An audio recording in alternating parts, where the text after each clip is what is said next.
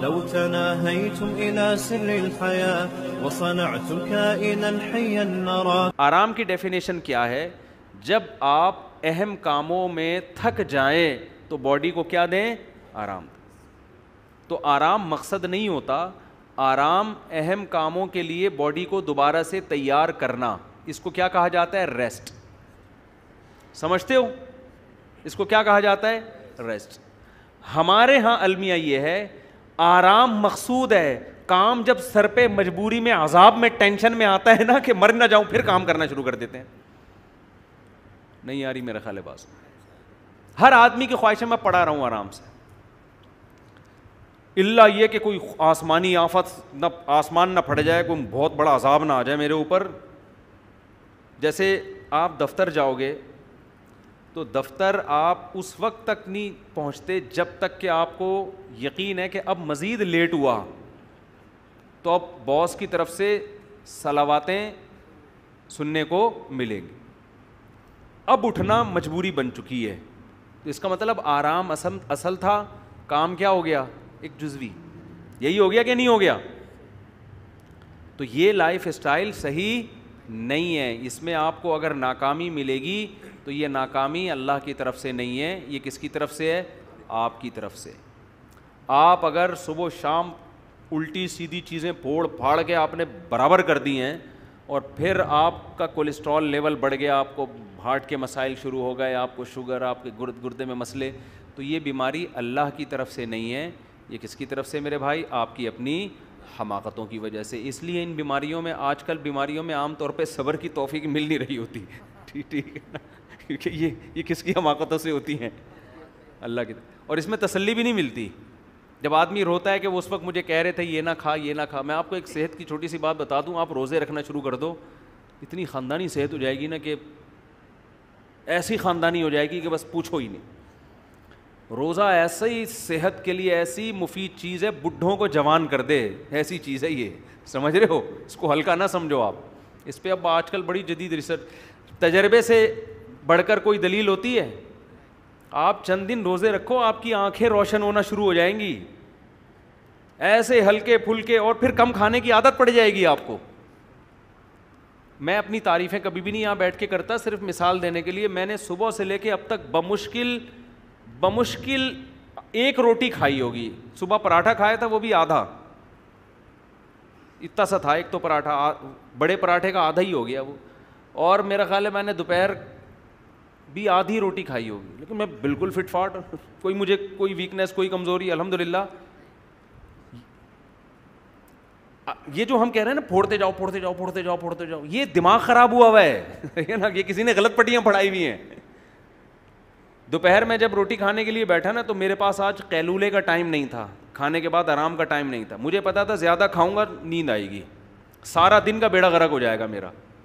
تو مجھے چند لقمے کھانے کے بعد اندازہ ہو گیا کہ مجھے کمر سیدھی کرنے کے لیے، چلنے پھرنے کے لیے جتنا کھانا تھا نا، جو ویکنیس ہو رہی تھی، صبح سے تھوڑا سا پراٹھا کھایا ہوا تھا تو ویکنیس ہوتی ہے، آدمی کو کمزوری محسوس ہونا شروع ہو جاتی ہے. تو مجھے اندازہ ہو گیا کہ اتنے نوالے میں نے پیٹ میں ڈال دیے کہ اب میری کمر سیدھی ہو گئی، وہ جو ویکنیس ہو رہی تھی وہ ختم. تو میں نے ہاتھ روک لیا اپنا، کیونکہ اب میں مزید کھاتا تو لمبا ہونا پڑتا. مجھے مزید کھاؤ گے آپ کیا ہوگا؟ پھر ٹون بیٹھا ہوا ہے، یہاں بیٹھا ہوا ہے، تو پھر دیکھو نا لوگ کوئی بیٹھے ہوتے کوئی ٹیڑھا بیٹھا ہوتا ہے. پاکستانی کو کبھی آپ سیدھا نہیں دیکھو، کھڑا ہوا ہوگا تو ٹیڑھا کھڑا ہوگا، بیٹھے گا تو ٹیڑھا. وجہ کیا ہے؟ اتنا پیٹ بھرا ہوا ہے کہ سیدھا ہوا ہی نہیں جا رہا اس سے. آپ زیادہ کھاؤ گے آپ کو غنودگی آئے گی. پھر اس میں بعد بھی میں نے تھوڑا سا قیلولہ کیا ہے، کیونکہ تھوڑی سی بھی روٹی کھاؤ تو ہلکی پھلکی نیند آتی ہے. وہ قیلولہ کیا ہے؟ عصر کی اذان 5:15 پہ اور نماز 5:30 پہ. تو میں 5:15 پہ لیٹا ہوں، 5:30 کا الارم لگا کے. سمجھتے ہو؟ اتنی دیر میں جو آنکھ لگی ہے، پھر بھاگتا ہوا آ کے وضو کر کے جماعت میں شامل ہو گیا تو فریش ہو گیا. اتنی نیند کافی ہوتی ہے اگر آپ کھانا کھا لو. تو یہ جو پھوڑنا پھاڑنا، ادھر سے یہ کھا لیا، ادھر سے متصل لہلا لیا، سب کچھ کھا لیا، ادھر سے یہ کھا لیا، ادھر سے یہ کھا لیا، یا تو بہت آپ نے ایکسرسائز کی ہو کہ بڑے بڑے ویٹ اٹھائے ہوں آپ نے، اور پھر آپ کی باڈی مانگ رہی ہو کہ کھا جا اس کو، اگر ابھی کھانا نہیں ملا تو یہ انسانوں کو کھا جائے گا، اتنی بھوک لگ رہی ہے. پھر پھوڑتے ہوئے مزہ بھی آتا ہے یار. صبح سے ہم نے کون سا کوئی ویٹ لفٹنگ کی ہے. تو یہ رمضان کے حوالے سے بھی بات ہو گئی نا کہ روزہ جو ہے نا, روزہ ایسی خاندانی چیز ہے, صحت کے لیے بہت ہی مزے کی چیز ہے یہ. لیکن روزے میں 2 چیزوں کا خیال کر لیں, بس میں یہ کر کے پھر اصل ٹاپک کی طرف آتا ہوں. روزے میں 2 چیزوں کا خیال کر لینا چاہیے کہ جن کی عمر 40 سال سے اوپر ہے نا, وہ روزے میں روٹی چاول چھوڑنے کا ان کے پاس بہترین موقع ہے. کم کر دیں یہ, باقی چیزیں پھوڑیں آپ, ٹھیک ہے نا, گوشت پھوڑیں, کھجوریں پھوڑیں, دودھ پھوڑیں. یہ صرف تجربہ کر لیں کہ رمضان میں آپ نے روٹی اور چاول کیا کر دینا ہے, کم. چاٹ بھی کھائیں آپ, میرا تجربہ ہے, ہو سکتا ہے یہ ان کی رائے کچھ اور ہو, میں تو اپنا تجربہ شیئر کر رہا ہوں. پروفیشنل آدمی تو یہ ہیں, یہ آپ کو بتائیں گے کیا کرنا, کیا کھانا ہے, کیا نہیں کھانا. لیکن میں اپنا تجربہ شیئر کر رہا ہوں کہ آپ جب افطاری کے لیے بیٹھتے ہیں نا, نفلی روزہ بھی رکھیں کبھی, افطاری کے لیے بیٹھتے ہیں آپ, کالے چنے کی چاٹ کھا لیں, آپ سفید چنے کی چاٹ کھا لیں. ہر وہ چیز جس میں کاربوہائیڈریٹ کم, کارب کم ہو. گندم جو ہے نا, یہ جو روٹی آج کل ہم کھا رہے ہیں نا, یہ ویسے چینی سے بچ رہے ہیں لوگ. روٹی کھا لی تو بس گڑ کھا لیا آپ نے, ٹھیک ہے نا. روٹی میں بہت زیادہ, تبھی تو روٹی کھا کے ٹون ہوتا ہے آدمی. افطاری میں بہت سے لوگ کہتے ہیں ہم افطاری کھا کے نڈھال ہو جاتے ہیں, اٹھا ہی نہیں جاتا. آپ افطاری میں لیمن کا شربت پئیں اور یہ چاٹ ماٹ کھا لیں, روٹی نہ کھائیں, تو آپ نہیں نڈھال ہوں گے اور فریش ہو جائیں گے آپ. سمجھتے ہو کہ نہیں سمجھتے؟ تو افطاری میں یہ رمضان جو ہے صحت بنانے کا ایسا بہترین, اور اس سے پھر آپ کو پورے مہینے جب آپ کنٹینیو یہ روٹین رکھیں گے آپ کو عادت پڑ جائے گی. میں نے اکثر دیکھا ہے رمضان گزرنے کے بعد عید میں زیادہ بھوک لگتی نہیں ہے پھر, بلکہ پیٹ خراب ہو جاتا ہے زیادہ کھا لو گے آپ. تو قدرت نے آپ کو ایک بہت اچھی سہولت دے دی کہ اب آپ عید کے دن تھوڑا کنٹرول کر لیں. آپ کو کنٹرول کرنے کی عادت پڑ گئی ہے, لیکن ہم پیٹ خراب کر کر کے نا اس عادت کو کیا کرتے ہیں, عید کے دن تھوڑا سا کھائیں گے پیٹ بھر جاتا ہے. لیکن ہم کہتے ہیں یار میں نے رمضان سے پہلے تو یہ پوری پلیٹ بھر کے کھائی تھی, تو میرا آدھی میں کیوں بھر گیا پیٹ. اب پیٹ کہہ رہا ہوتا ہے نہیں ضرورت, آپ نے کہا نہیں میں تو ٹھوسوں گا, میں تو ٹھوسوں گا. وہ ٹھوس کے پھر وہی ہو جاتا ہے, تھوڑے دنوں مر جائیں گے اور دھماکے پٹ پٹا جائیں گے, اور کیا ہوگا.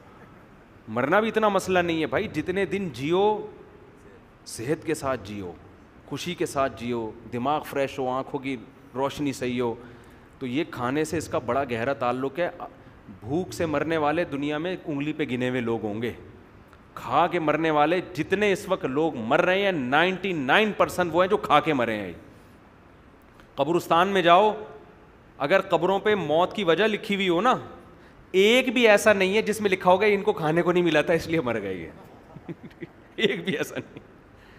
جتنے مردے پڑے ہوئے ہیں نا, حضرت کو ہارٹ اٹیک ہوا تھا, کیوں ہوا تھا, کولیسٹرول لیول بڑھ گیا تھا. کولیسٹرول لیول سے کیا ہوا جی, رگیں بلاک ہو گئیں. تو کیا تھا اصل میں, گھی کے پراٹھے بہت کھا لیے تھے انہوں, بہت زیادہ پھوڑ دیے تھے. اس دن رات کو جب یہ آئے, اتنا کھایا انہوں نے, اتنا کھایا کہ صبح پولیس بھی ان کو نہیں اٹھا سکتی. ٹھیک ہے, ایسا مرے ہیں یہ. تو جتنے آپ کو ملیں گے ایسے ہی ملیں گے. تو یہ ہمارے مذہب کی بھی تعلیمات ہیں.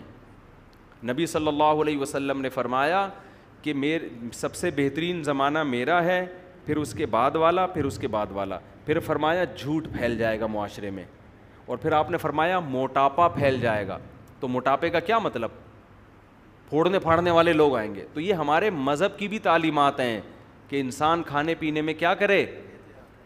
تو روزہ اسی وجہ سے تو رکھوایا جاتا ہے کہ پھوڑنے پھاڑنے کی عادت کو ختم کرو. سمجھتے ہو کہ نہیں سمجھتے؟ ہوا و حرص والا دل بدل دے, میرا غفلت میں ڈوبا دل بدل دے.